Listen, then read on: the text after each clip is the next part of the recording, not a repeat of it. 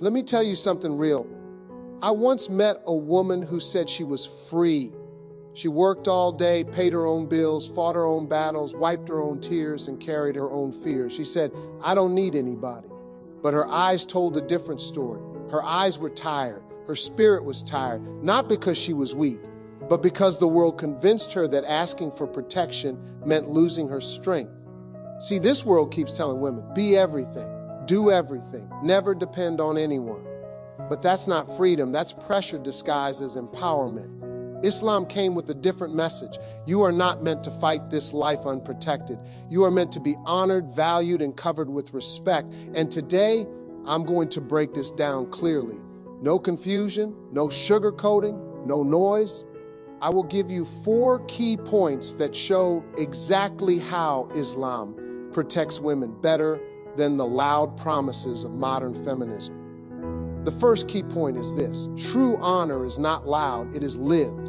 A lot of people today think respect is measured by how loudly someone announces it. They think empowerment comes from slogans, hashtags, loud speeches, bold statements, and public defiance.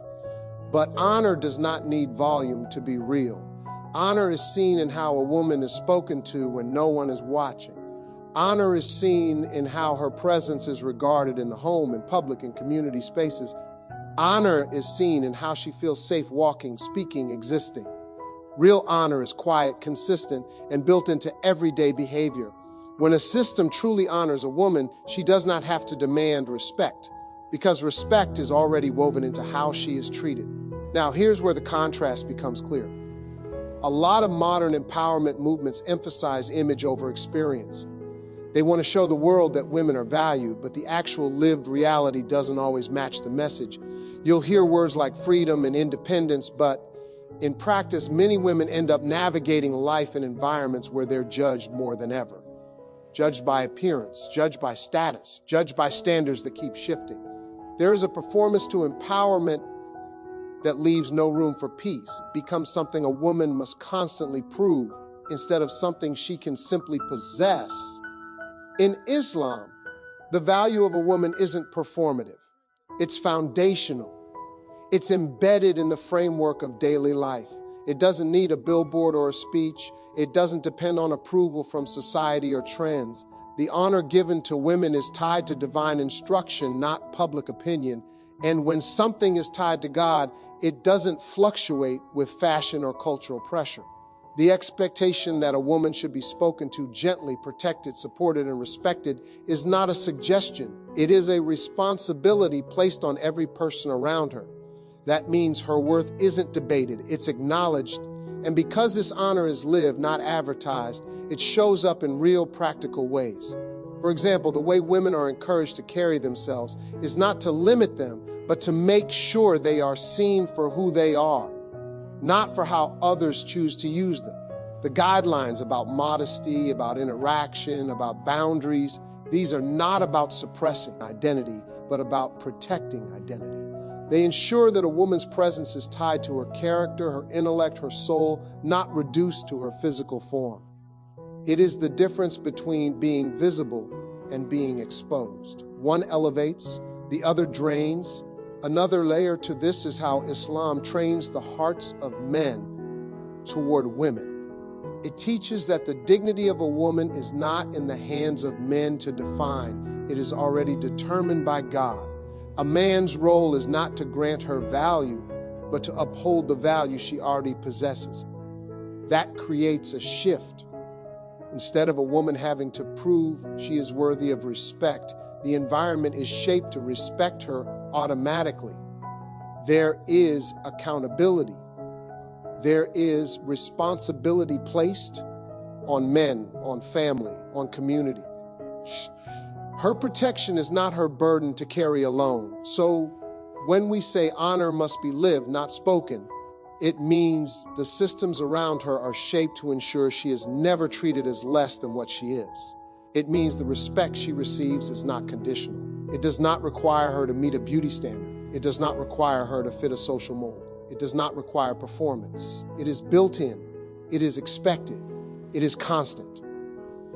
And that kind of honor, the kind that exists whether anyone sees it or not, That is the highest form of respect any woman can have. The second key point is this: women are not objects, they are trust from God. In many modern environments, a woman's value often becomes tied to how she appears, how much attention she draws, or how desirable others find her. The world sells the idea that liberation means putting yourself on display, that confidence means being looked at, and that empowerment means proving your attractiveness to the public eye. But when you step back and really look at it, this creates a standard where a woman's worth is external and fragile. If it's based on how she looks, then it changes with age. If it's based on attention, then it depends on others. And anything that depends on others is always unstable.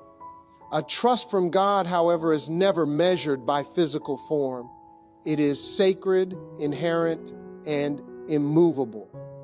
What makes this important is that the language around freedom and choice can be misleading. When people say a woman should be able to do whatever she wants with her body, the surface level message sounds supportive. But the culture behind that message often treats a woman's body like something to be consumed. Advertisers use it to sell products. Media uses it to gain clicks. Influencers use it to collect followers. And society watches, comments, judges, critiques, compares, praises, and tears down, all based on appearance. The same world that tells women to show more is the same one that mocks them, shames them, and discards them when they no longer fit its ideal. That is not liberation. That is commodification. In Islam, the perspective is fundamentally different. A woman is not viewed through the lens of physical attraction or social visibility. She is viewed as a soul with a purpose. Her value is God-given, not socially constructed. She is considered a trust, something precious, something protected, something handled with care. A trust is not displayed for entertainment. A trust is not traded. A trust is not exposed to be evaluated by strangers. A trust is honored. So the boundaries and expectations placed around a woman are not about limiting her identity. They are about preventing her identity from being reduced to something shallow and temporary. Islam doesn't hide a woman.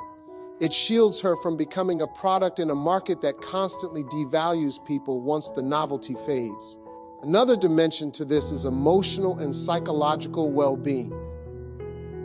When a woman grows up believing she must always look perfect, always present herself a certain way, always be appealing to the public eye, she ends up living under a pressure that never rests.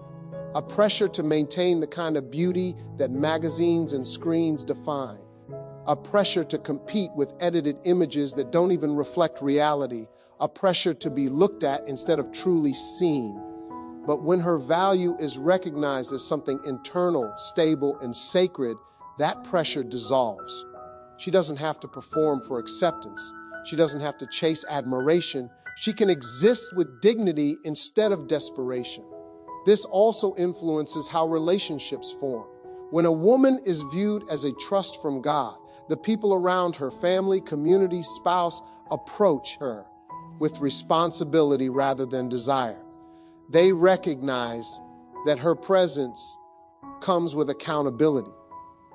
Mistreating her is not just an offense against her, it is an offense against God. This reframes everything.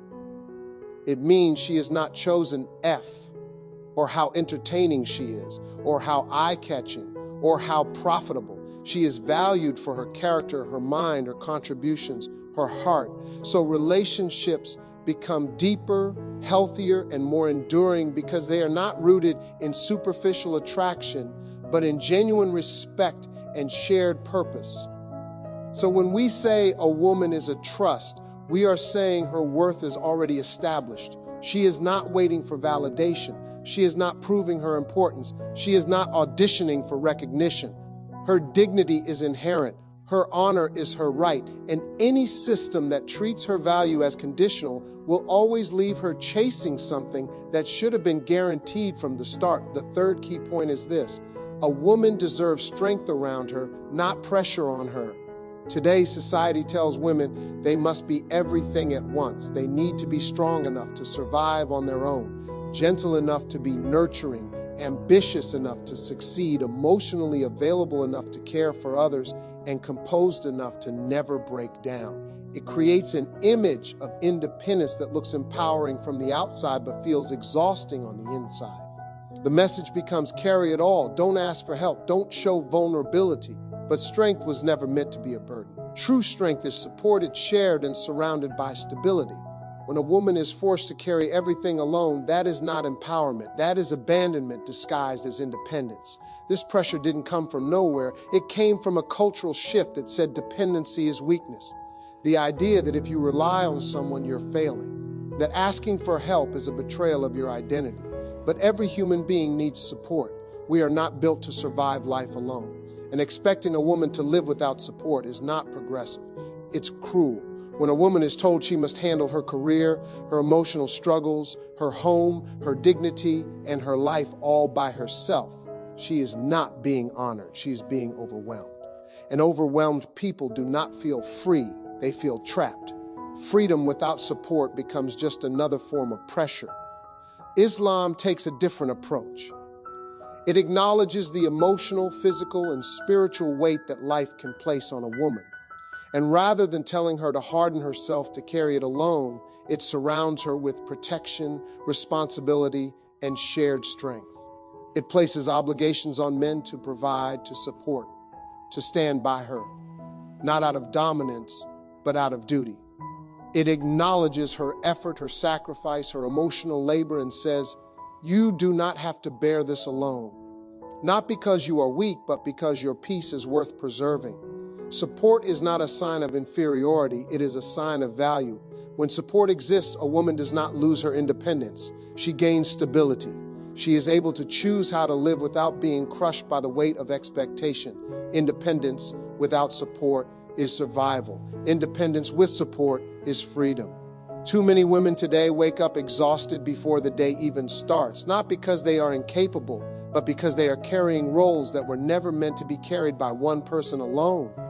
They are mother, provider, emotional anchor, healer, motivator, and protector all at once. Islam recognizes that emotional labor is real, mental exhaustion is real, and dignity requires relief, not endless struggle. This also reshapes how relationships function. When a woman is supported rather than tested, she can thrive emotionally. She can give love without depletion. She can care without losing herself. A relationship becomes a partnership rather than a competition of strength. The presence of support builds trust, and trust builds peace. Without support, relationships turn into silent battles. Two people proving who is stronger instead of two people holding each other up. Strength shared is strength multiplied. Strength isolated is strength that collapses over time. So when we say a woman deserves strength around her, we mean she deserves systems, people, and environments that protect her spirit. She deserves a world that understands that resilience is not about how much she can endure, but about how much she is supported. She deserves to walk through life knowing she is not alone, that her peace matters, that her heart is not an afterthought. And when support is treated as her right, not her request, she can finally breathe. The fourth key point is this: marriage is partnership, not competition. Somewhere along the way, society turned relationships into power struggles. Instead of two people building a life together, it became about who leads, who has more control, who sacrifices less, who comes out on top. People started treating marriage like a negotiation instead of a bond. But when two people stand in competition, they stop seeing each other as teammates. They start seeing each other as opponents. And opponents don't build peace, they build defenses. A marriage built on defenses is a marriage where nobody feels safe enough to be real. This idea of competition didn't start naturally. It came from a culture that idolizes individual success, a culture that says you win by needing no one. But needing no one is not strength, it's loneliness dressed up as pride. When a marriage becomes a battlefield of independence, both people end up living separate lives under the same roof. The home becomes quiet, not peaceful. Conversations become strategic, not intimate. Smiles become polite, not heartfelt. The relationship may look intact from the outside, but inside it's just two tired souls pretending they don't miss each other. Islam teaches a completely different structure. It describes a husband and wife as garments for one another. Garments don't compete. Garments don't dominate. Garments protect, comfort, conceal, and warm. The metaphor means each person fills in what the other lacks. One brings steadiness when the other is shaken. One brings peace when the other is overwhelmed. One brings strength when the other is tired. The beauty is not in sameness, it is in complementing each other. It acknowledges that two human beings will always have differences. And instead of turning those differences into war, it turns them into balance. In a partnership, roles are not chains. They are responsibilities that support the unit. When one person carries emotional weight, the other provides practical support. When one struggles spiritually, the other helps them rise. When one is exhausted, the other gives rest. There is no scoreboard. There is no running tally of who did what. Love is not measured by contribution. It is measured by presence, by effort, by consistency. You don't love someone to win. You love someone to keep them standing. When relationships are treated as partnerships, vulnerability becomes safe. You don't have to pretend to be strong when you're not. You don't have to act like you're fine when you're breaking. You don't have to hide your fear, your confusion, or your fatigue. You can say, I am tired, and instead of judgment, you receive support. You can say, I am struggling, and instead of distance, you feel closeness. The home becomes a place of rest, a sanctuary, a refuge from a world that already demands too much. The heart becomes a place where softness is allowed. So when marriage shifts from competition to partnership, love becomes something sustainable. Not fiery for a moment, but steady for a lifetime. There is understanding. There is patience. There is shared effort. There is shared healing. There is shared hope. And when two people move through life like that, side by side instead of against each other, then even the hardest seasons become survivable because no one is carrying life alone, and this is what it all comes down to. A woman was never created to fight for her value. She was never meant to stand in a world that treats her worth like a negotiation. She was never meant to prove, to perform, to see, chase, to beg for the respect that should have been hers from the beginning. When a system protects her, honors her, supports her, and stands beside her, it allows her to breathe, to rest, to rise with peace in her heart, not pressure in her chest. This is not about superiority. This is not about control. This is about dignity, about the right to live without being reduced, about the right to love without losing yourself, about the right to be valued because you exist, not because you impress. The world has tried to convince women that strength means carrying everything alone. But real strength is having a foundation beneath you, a home that feels safe, a community that respects you, a faith that upholds you. And when a woman is protected, honored, and supported, she doesn't become smaller. She becomes limitless. Because when dignity is secure, the soul can finally flourish. That is the difference.